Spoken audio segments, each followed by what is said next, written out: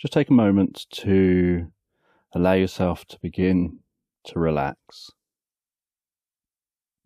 And as you begin to relax, I don't know whether you'll drift deeper to the sound of my voice or to the spaces between my words.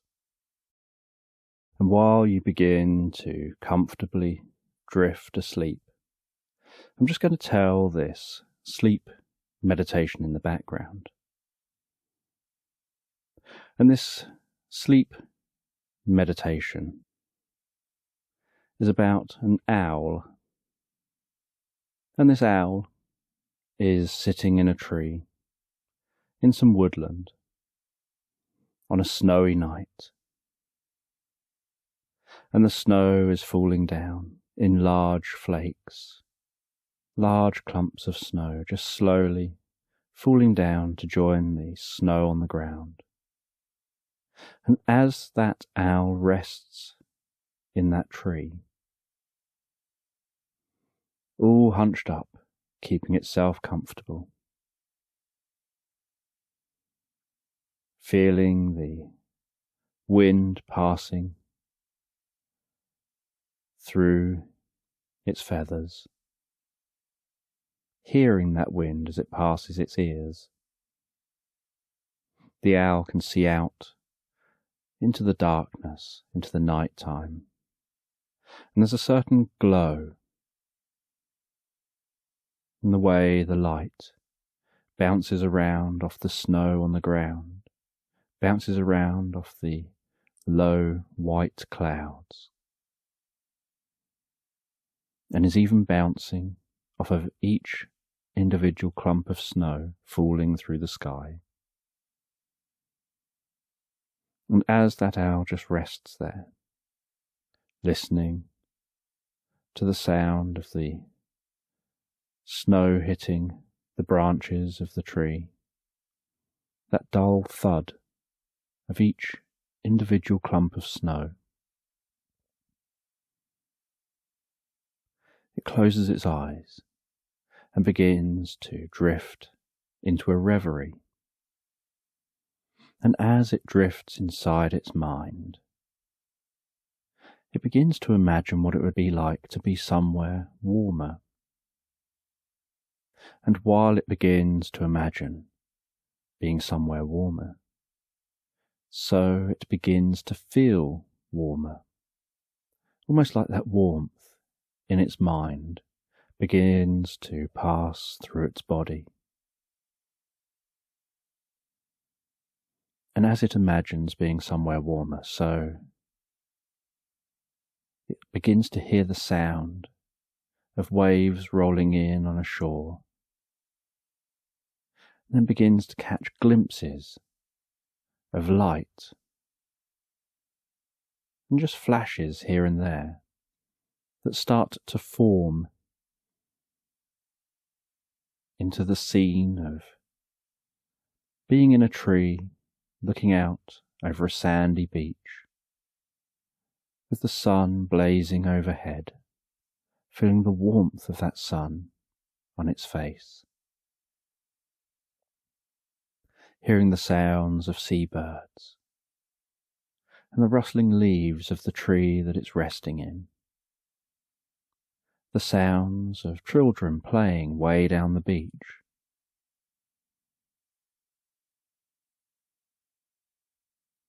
and it launches out of that tree and flies down to the beach, to some driftwood resting on that beach. It lands so delicately on the driftwood, almost as if it weighs almost nothing at all. And from this close, it can hear almost the individual grains of sand being pulled back into the sea as those waves pull back into the sea. And the owl rests on this beach, gazing out over the sea, having this feeling like it would rather be here than where it was.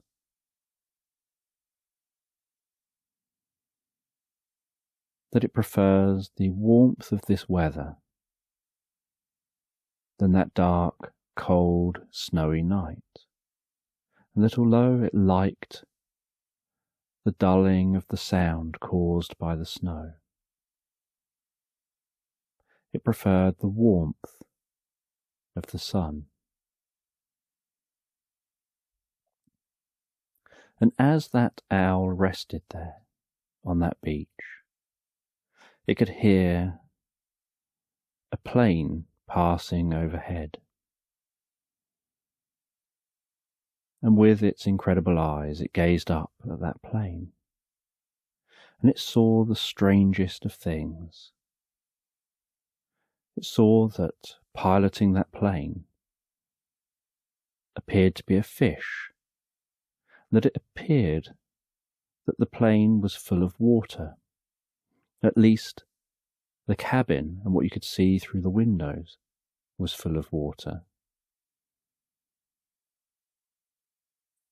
And the fish seemed to be piloting the plane, almost like it had a headset on, and like it was moving its head slightly left, right, up or down, or tilting itself slightly to control the movement of that plane. And so the owl watched as that plane flew overhead, curious about where this place is, where it had taken itself inside its mind, to this unusual land. And it wondered what it would be like to be a fish. It knows what it's like to be a bird. It knows what it's like to fly. But what would it be like to be a fish? And it decided to fly up and try to reach that plane. And so it flew up, and the plane wasn't as far away as it thought. It turned out that the plane looked a long way away, but actually the plane was smaller than expected, and the fish was a normal size. And so that owl flew towards that plane. And the size of the owl compared to the plane meant that they were almost the same size as each other.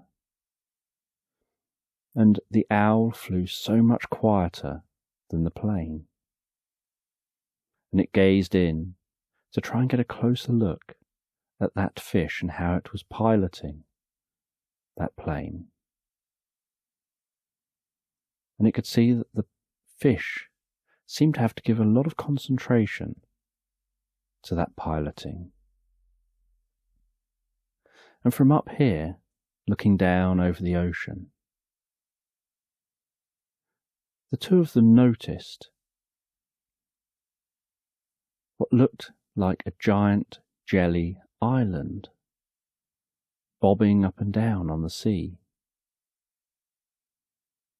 And it seemed to wave and move and bob with the waves as they flowed under it.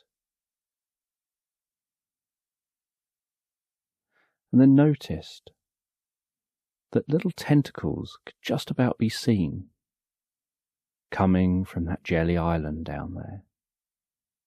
And the owl realized that it was a giant jellyfish, just floating with the currents of the ocean.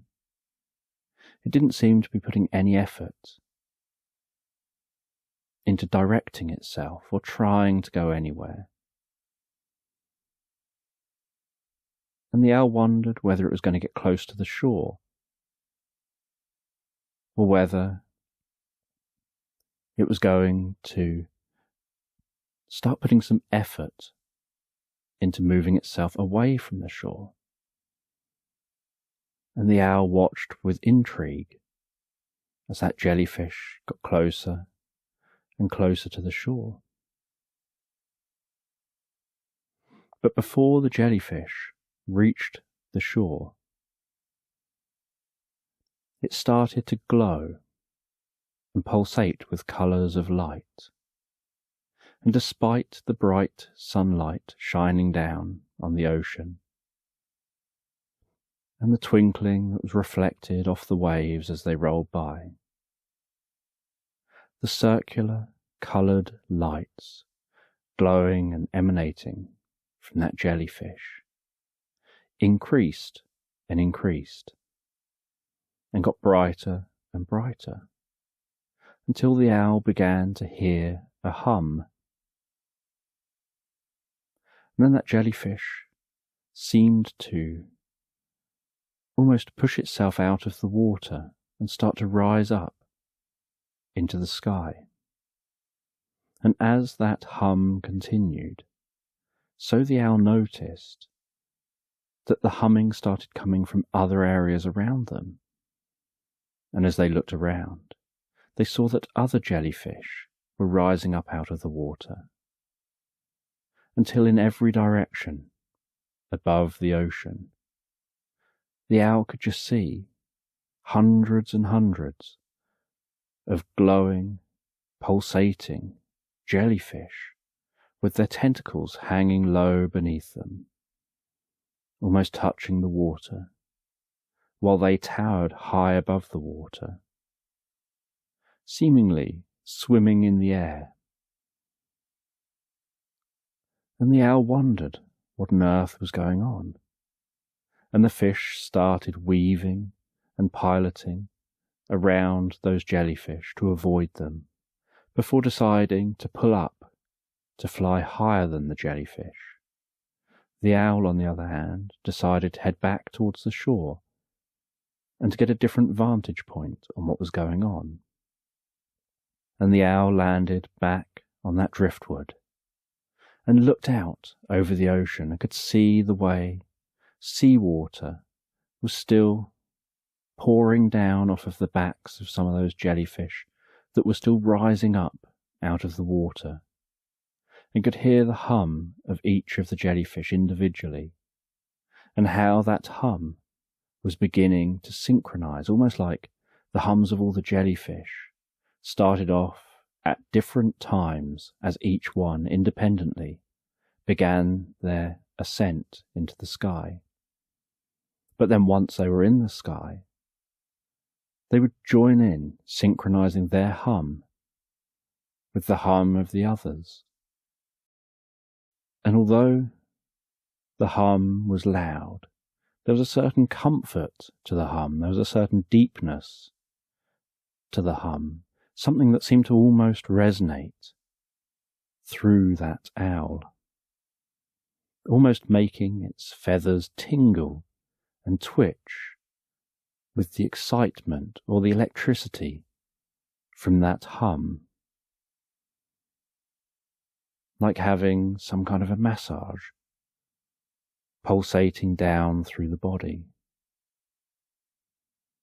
And the owl almost felt like it wanted to go with that humming, buzzing, massage-like feeling and drift inside deeper and deeper and become even more deeply relaxed.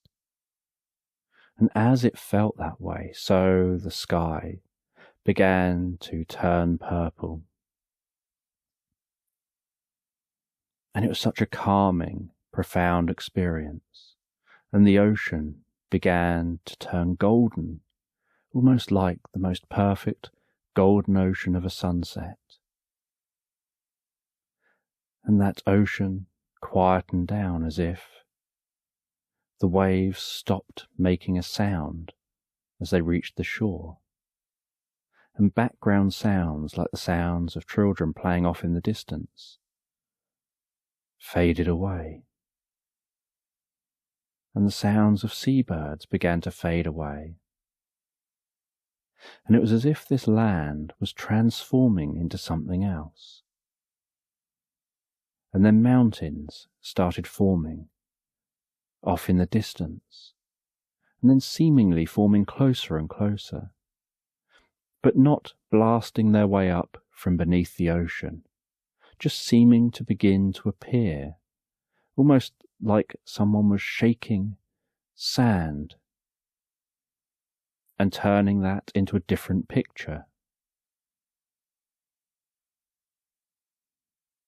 And the ocean was the last thing to start to disappear, with that ocean turning to an ocean of sand, before it began to turn into the greenest, most beautiful meadow, surrounded by forest, with mountains in the distance, mountains around the outside, almost like this was a closed-off valley, with those jellyfish high overhead, seemingly causing this with their hum. And then that hum began to die down, and those jellyfish just remained there, hovering in the sky, silently, their tentacles hanging down, just gently waving, almost like waving in a breeze, pulses of light travelling up and down them,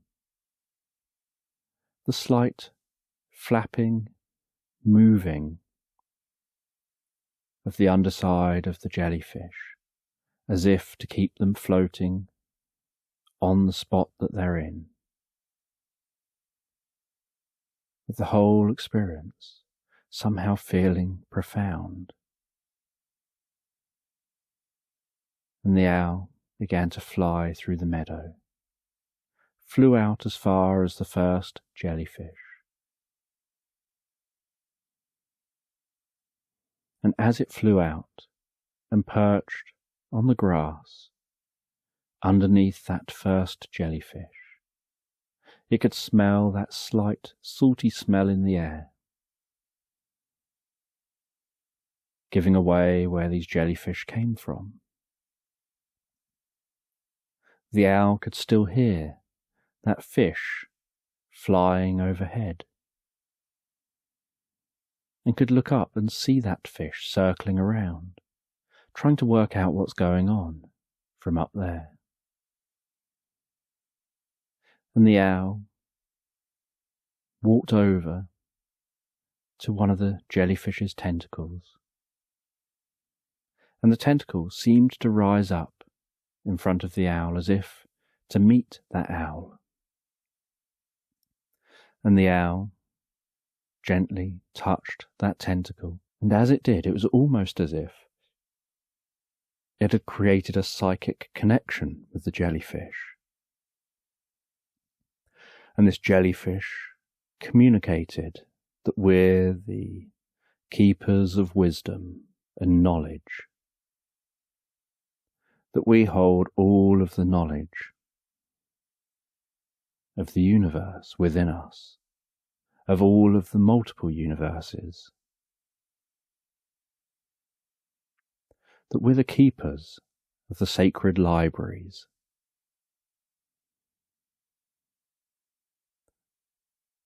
and this owl wondered what they were talking about. And the jellyfish communicated into the owl's mind that in the future they will be in their own libraries, where they'll be keepers of their own area of knowledge, for those seeking knowledge and wisdom to come and find, and that they're immortal. They were here at the beginning of time, in one form or another, and they'll be here at the end of time. But to them, there is no difference between the beginning of time and the end of time. They're timeless. To them, all time is now. And they're able to process that, and process the input of every now happening at once, from others past, present, and future. And that there's a big chunk of now for them, where there's nothing but them. But now is when they've manifested as these timekeepers, as these knowledge keepers, in this form, and that you happen to be here to see this. And the owl wondered what kind of a dream this was.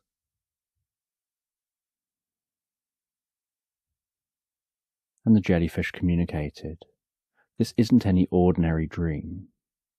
You've travelled back through time, to a time before the times you know, to a time when we began here, taking on this role, in this place, in this form."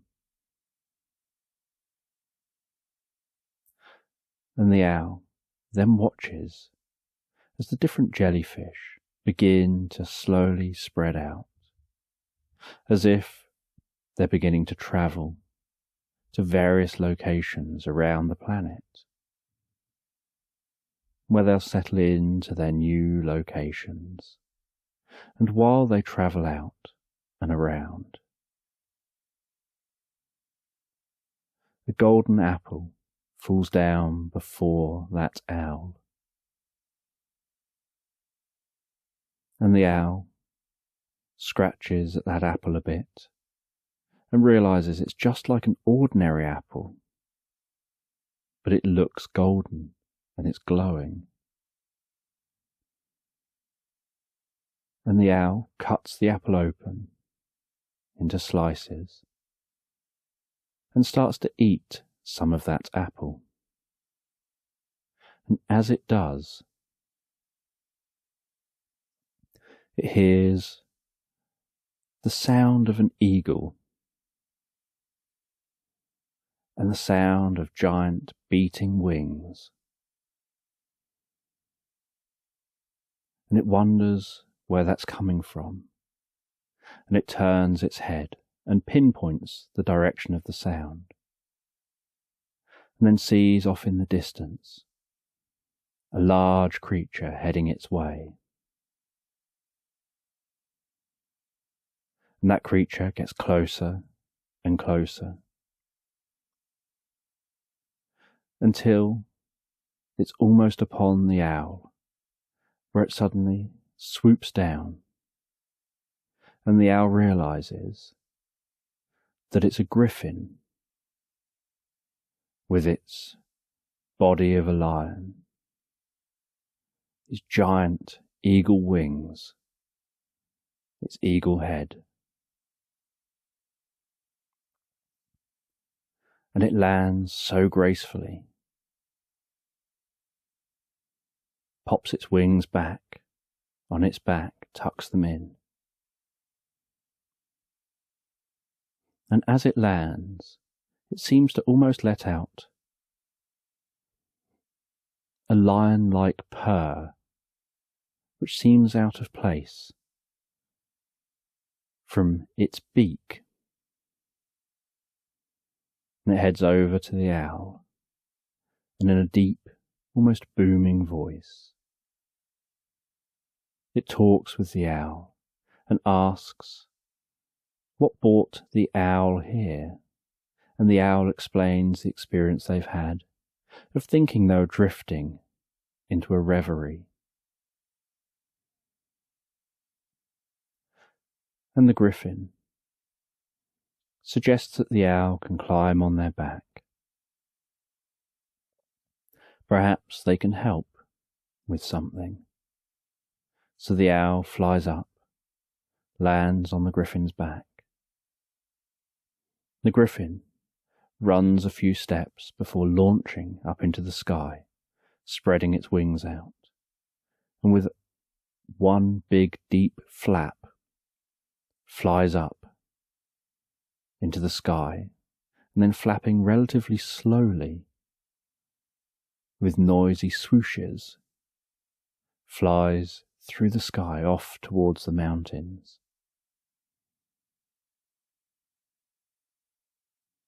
And while flying, the owl watches as those jellyfish are still gradually, slowly moving away from this area, travelling off in different directions, spreading out more from each other.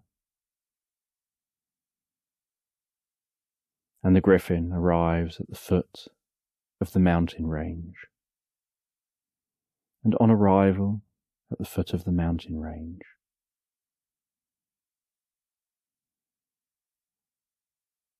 there seems to be some creature, a tall, slim, humanoid creature, with quite pointy features, slightly pointy ears. And this slim creature explains that they could do with the wisdom of an owl, do with the thinking of an owl, perhaps thinking outside the box in some way. They've heard that owls are some of the wisest creatures. And the owl didn't want to say anything, in case they sounded like they're either boasting or trying to play their abilities down. And so it's often best just to be quiet and just to go with the flow. You've got nothing to prove to others, just proving things to yourself. And the elf asked what they suddenly drifted off and daydreamed about for a moment. And they say it doesn't matter. What would you like some help with? And the elf explained that they can't really go up the mountain. They're not really suitable for the cold weather up the mountain. The griffin is far too large to land up the mountain. It's too steep, and the areas to land are too small. But they need someone who can go up the mountain and solve a bit of a puzzle up there, to find a way into the mountain. And so the owl says that they'll help. They ask where they need to reach, and the elf says that they'll fire an arrow, and that arrow will land where the owl needs to reach. And the owl questions the ability of someone to fire an arrow that high up a mountain, that if it's within reach of an arrow, it's probably within reach of someone climbing to it. But then the elf draws back their bow, and as they do, the arrow starts to glow and shimmer. And as it starts to shimmer, it's almost like sparkles start to come off that arrow, as if the longer the elf holds that arrow tight, holding that bow pulled back, the more charged the arrow seems to get. And the arrow seems to almost shiver in the bow and vibrate. And it vibrates faster and faster and faster, until eventually the elf lets go. And that arrow launches up that mountain, and it keeps going. And it passes halfway up the mountain.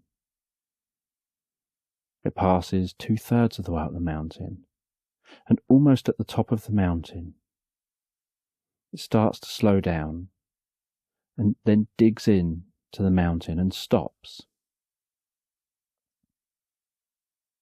And the elf explains that they're magic, and they're able to perform certain magic abilities. And so they were able to apply some magic to that arrow. But they've got a perfect shot. They've got perfect aim, that they can hit a moving target at over a mile away. And they knew that the owl has very good eyesight, and so would be able to see where it lands. So the owl takes off and begins to fly.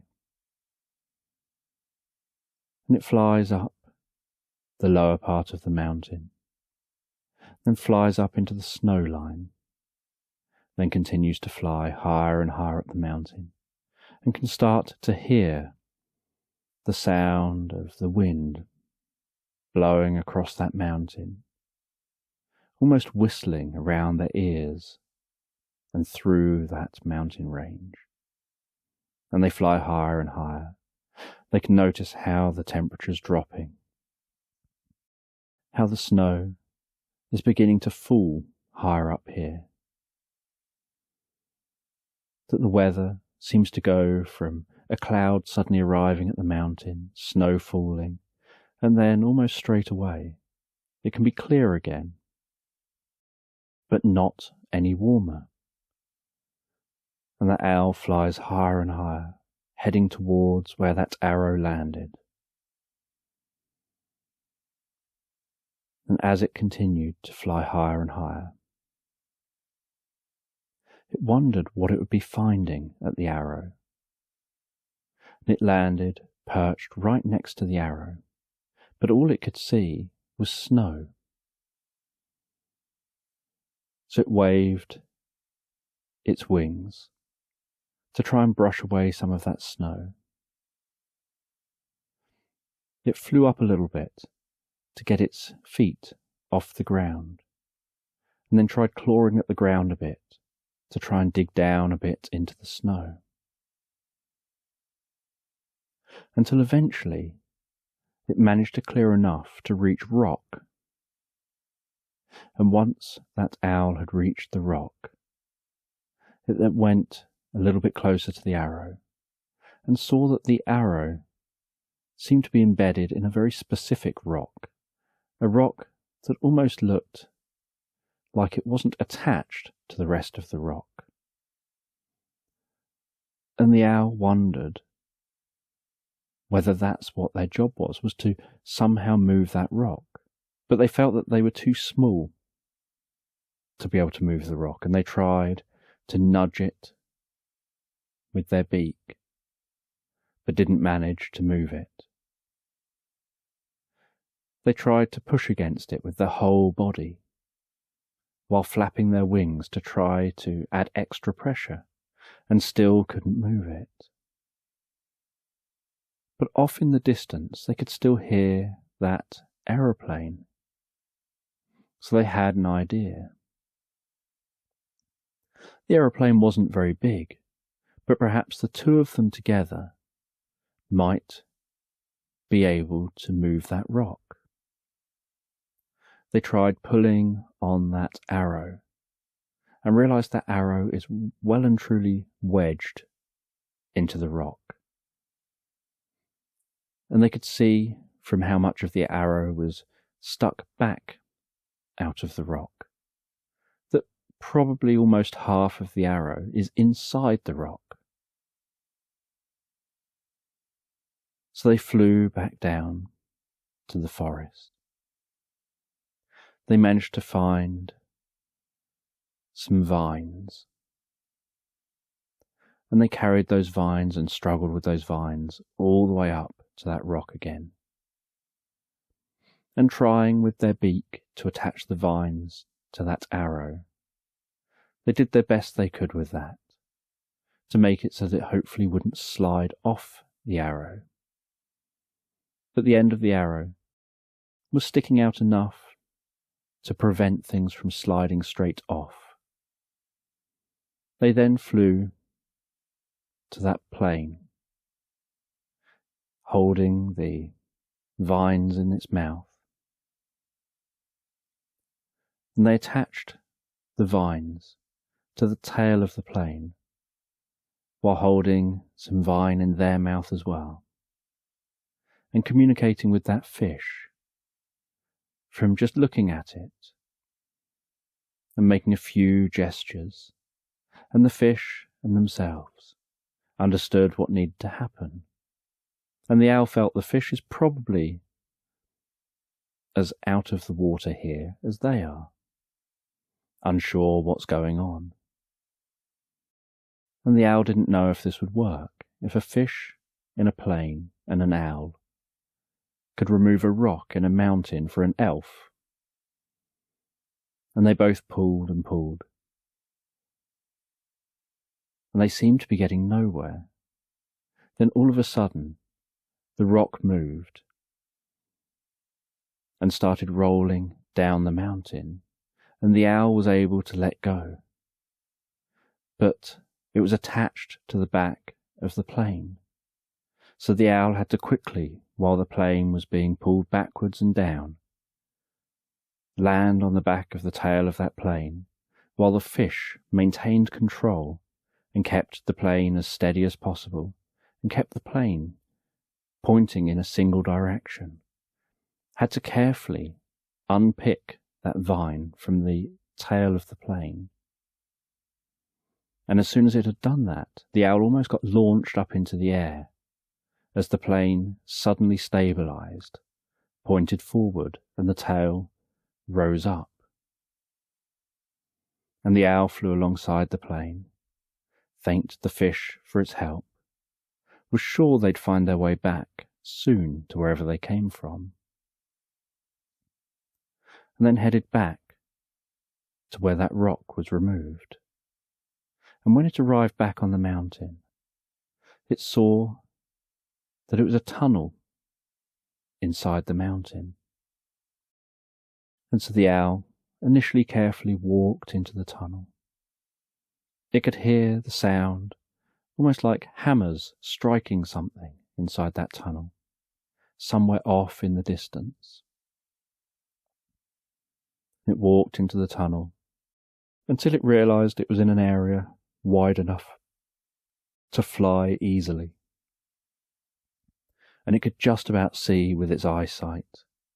In the dark of this tunnel, there was a very slight glow, almost like there was a slight blue glow from some moss and ice mixed together on the walls of the cave.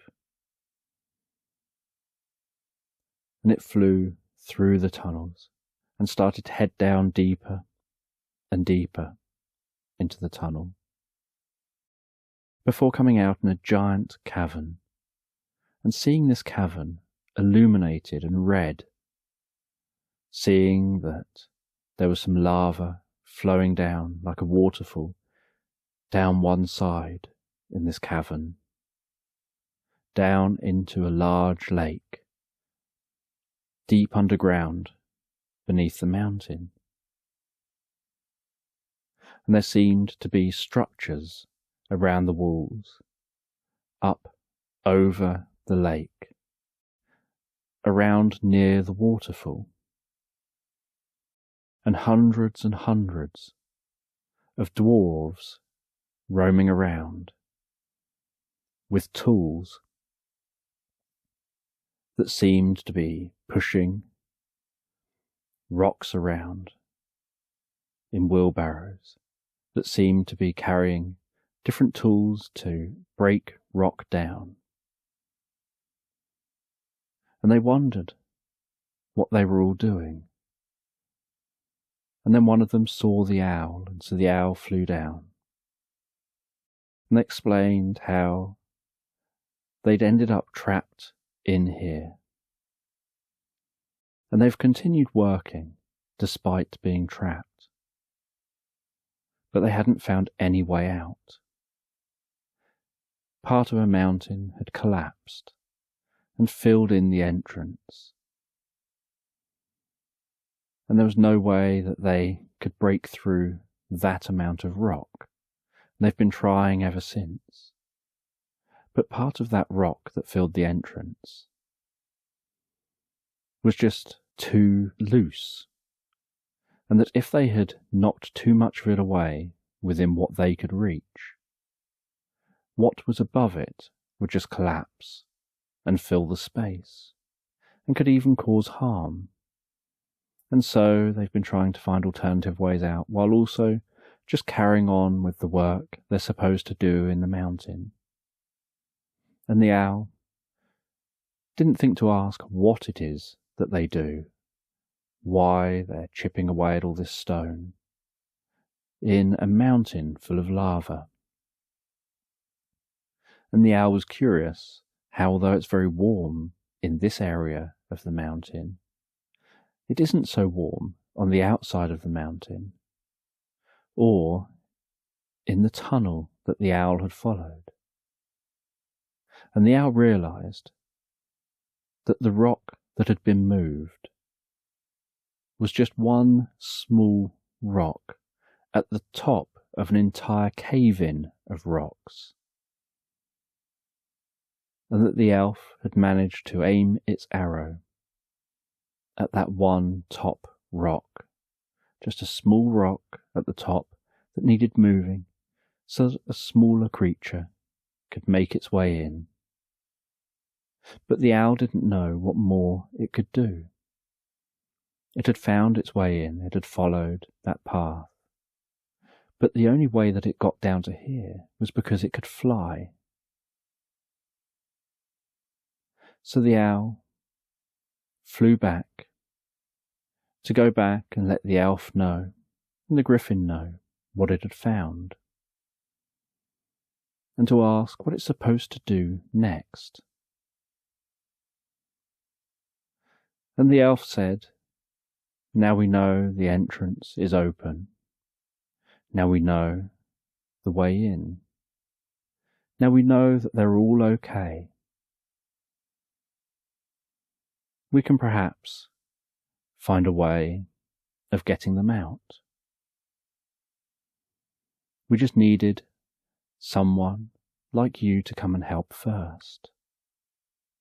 So the owl wondered what on earth they're going to do to help, because nothing that could fit through that hole would be able to help from the inside, and nothing could help from the outside without running the risk of things caving onto the inside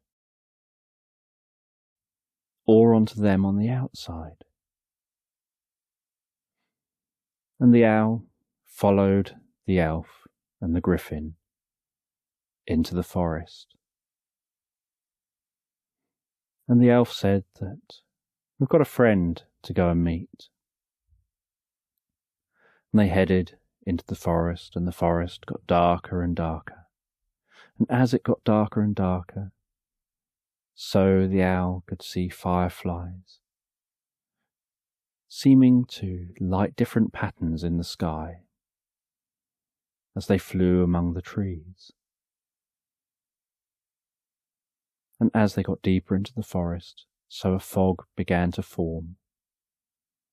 Just a low fog that was almost like water, the way it would move as it was travelled through.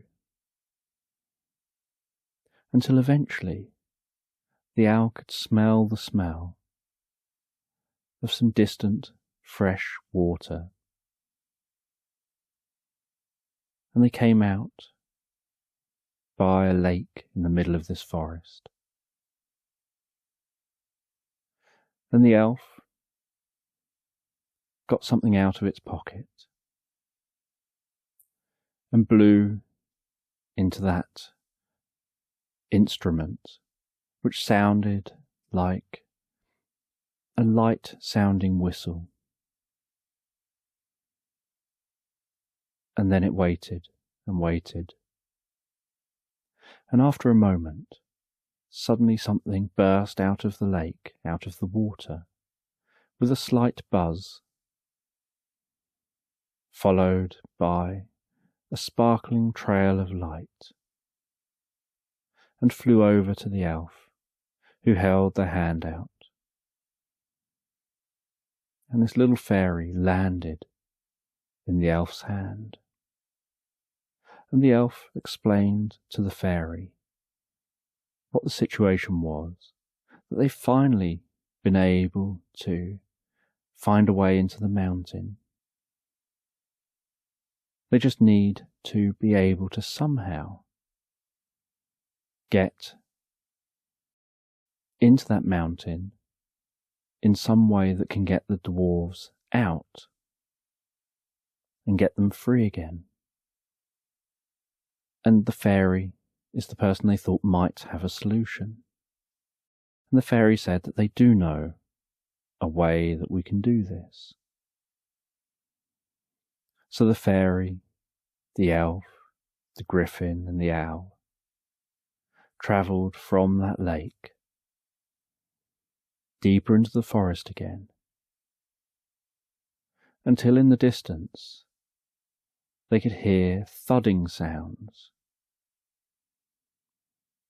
And the owl wondered if they were searching for a giant elephant.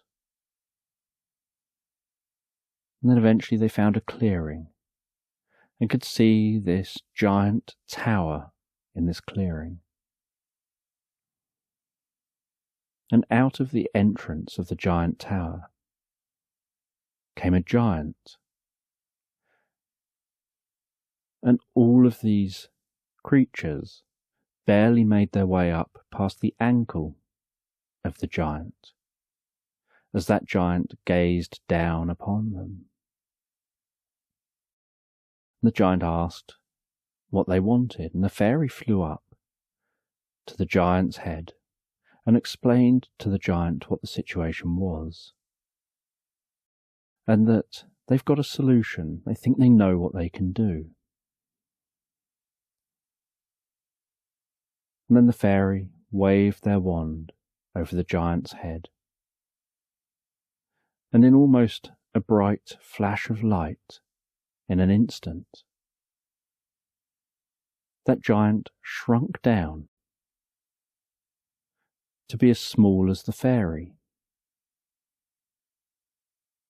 And the giant then climbed up onto the griffin, and they all found their way back through the forest, all the way back to that mountain. And back at the mountain, the elf said that the owl will need to carry the giant, and the owl, the giant and the fairy can fly to the mountain and fly up into that hole. And so the giant climbed on the owl's back, held on, as the owl struggled, having never carried anything on its back before, to fly up and fly into that hole. And the fairy naturally seemed to glow and sparkle and illuminate the way as they flew into the hole and flew down to the ground inside the mountain. And the fairy then told everyone to stand back,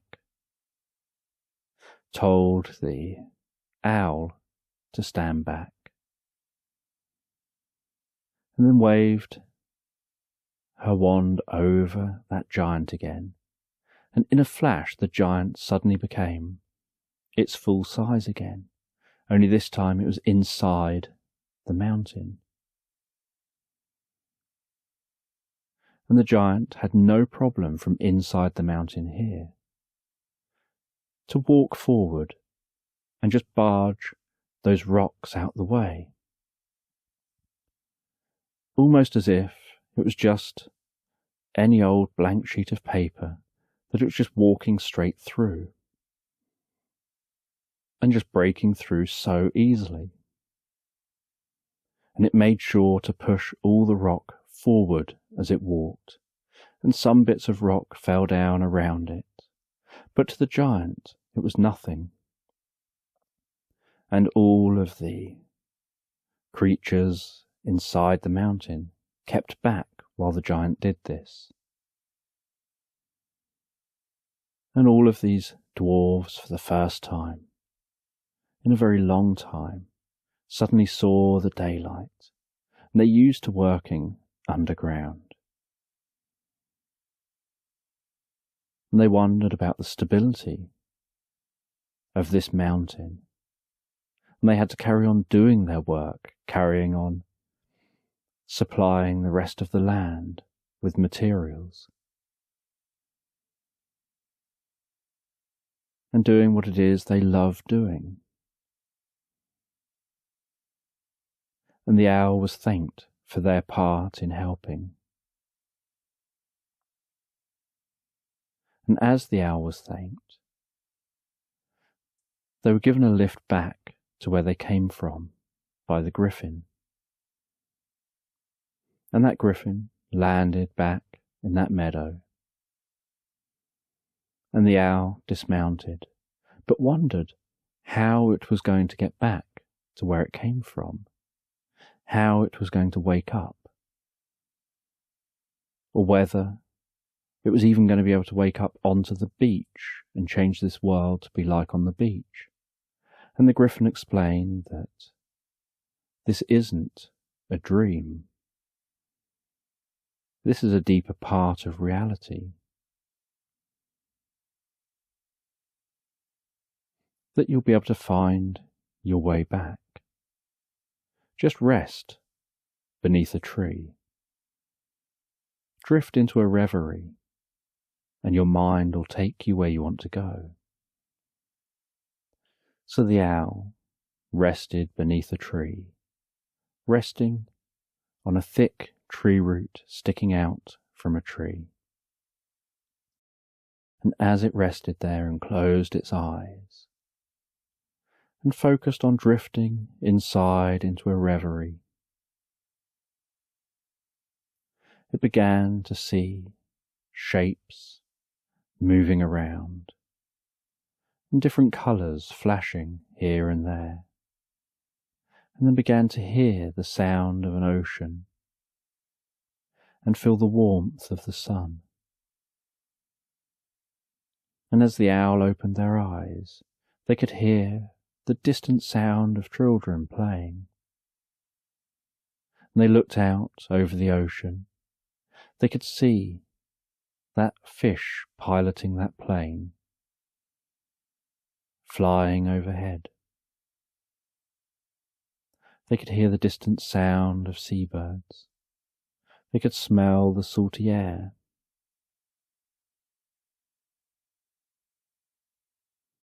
And they wondered how they now transition back to their own reality. And they were told just to follow the lines. And they just heard that voice, follow the lines. And as they closed their eyes to focus on that voice saying follow the lines, they realized it was the voice of the jellyfish they'd connected with earlier. And as they were focusing on that voice of the jellyfish, it was as if they connected on some psychic level with them, as if they could see where that jellyfish was. And they realized the jellyfish almost seemed to be in a cave, almost like a giant library inside a cave, with books around the outside, rising from the ground way, way up above that jellyfish. And they seemed to be using their tentacles to move those books around, to move that knowledge to where it's needed. And they had some helpers in there as well, helping to move the books around. And they could hear that jellyfish just saying, almost psychically, follow the lines. Just open your eyes and trust and follow the lines. And so they opened their eyes, and they flew up into the sky. And they just started flying around, initially in different directions, until eventually they had this feeling like there was a direction to head. And at certain points that feeling would get stronger, like it's a time to change direction. And then they started almost having a sense that there were lines around the planet, and that they were able to almost sense those lines and follow those lines. And while they followed the path that felt instinctively right, they found that ocean beginning to disappear from beneath them, that beach beginning to disappear, the blue sky beginning to disappear, as they found themselves flying over snow, and then over snow-covered trees.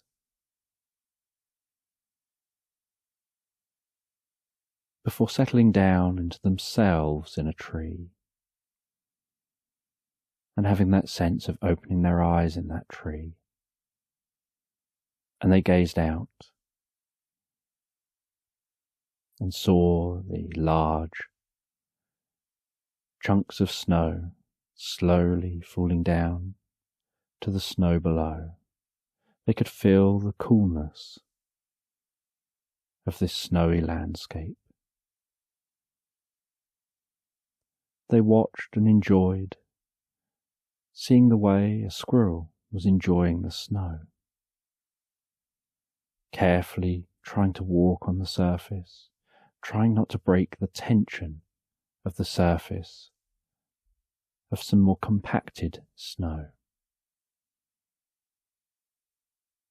before jumping, spreading its legs and splatting straight into a mound of snow, leaving a squirrel-shaped imprint in that snow, before popping its head up out of the imprint, and then leaping from a standing position out of its own imprint to avoid disturbing it, and seeming to almost take pride in looking back at its imprint from where it had leapt to, and then carrying on carefully scurrying around. And then when it finds another area of soft snow, seeming to do the same again, as if it's leaving its mark, having fun in the snow. And the owl looked around and realized that there was at least 6 squirrel imprints in different parts of the snow, as if it's been going around, intentionally leaving leg-spread squirrel imprints throughout this forest, and that it seemed, the owl noticed, like the squirrel was wiping away some of its footsteps with its tail as it walked away from them, so that it would be a bit confusing, because it would suddenly look like there's just a random squirrel imprint, but no footprints near it. But the owl was also aware that as the night draws on, snow will continue to fall, and eventually these imprints will probably fill up with snow and begin to disappear, and that anyone who's missed it will miss out and will never even realize that this had happened.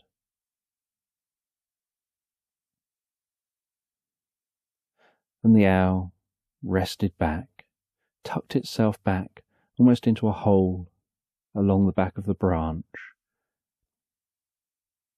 into the trunk of the tree, to keep itself just out of the wind, just out of the cold, almost like the tree is giving it a hug and looking after it. And it rested there and let its eyes close, and it began to drift and float asleep. And as that owl drifted and floated asleep,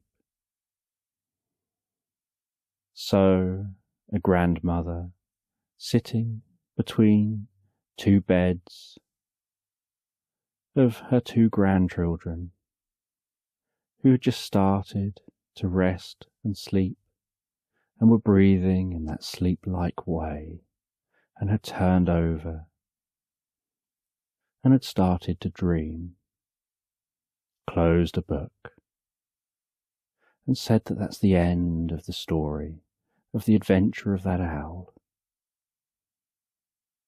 and placed that book on a nightstand between the tables, turned off a light, left the children's bedroom, pulled the door to so that there was just the slightest crack of light coming through the door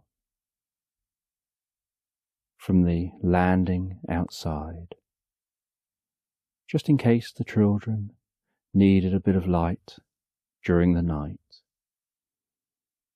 And then she carefully walked downstairs and sat in front of the fireplace and thought to herself about how she used to enjoy the stories of the owl and its adventures. Always curious what it would get up to in the next book, and how the author came up with these seemingly random ideas for these stories. And she sipped a cup of tea that had started to go a little cold while she'd been upstairs reading to her grandkids, and decided to make herself another one. And she went to the kitchen, and while the kettle was boiling, she just gazed out of the window, looking out over her back garden. She could see the sunflower up the side of the kitchen window, the way it was swaying just slightly in the breeze outside. She could see the way the moon illuminated the back garden. She could hear the sound of the occasional bird that hadn't yet fallen asleep. While the kettle was boiling, she carried her recycling out, and while outside in the garden, took a few deep breaths of that fresh country air, feeling that refreshing feeling of the air passing through her nostrils, down into her lungs, before breathing out, feeling deeply relaxed. Then heading back inside, finishing making her drink, then sat back down, holding that warm cup between her hands, and enjoyed some time relaxing after having put the grandkids to bed and settled them down, before it's her time to head to bed and settle herself down. And while she was relaxing, she decided to colour in a colouring book to help her relax a little more and a little deeper, to give her something to focus on as she prepares her mind for sleep. And so she had a colouring book of geometric shapes. She carefully coloured those shapes in her own specific way. And once she'd finished the picture she was colouring in, and had finished her drink, she settled down, went to bed, and began to fall asleep. And as she drifted asleep, so she snuggled up to a hot water bottle, while she snuggled down to sleep, and began to dream of riding along the most beautiful sandy beach on the most incredible electric blue horse with a white mane and a white tail that flowed and bounced in the breeze as she galloped along that sandy beach, and galloped deeper and deeper asleep into the most pleasant dream, smiling as she slept, knowing she'll wake, looking forward to the next day, to the children sharing their dreams from the story she'd told. And she drifted and floated so peacefully so comfortably and relaxed asleep.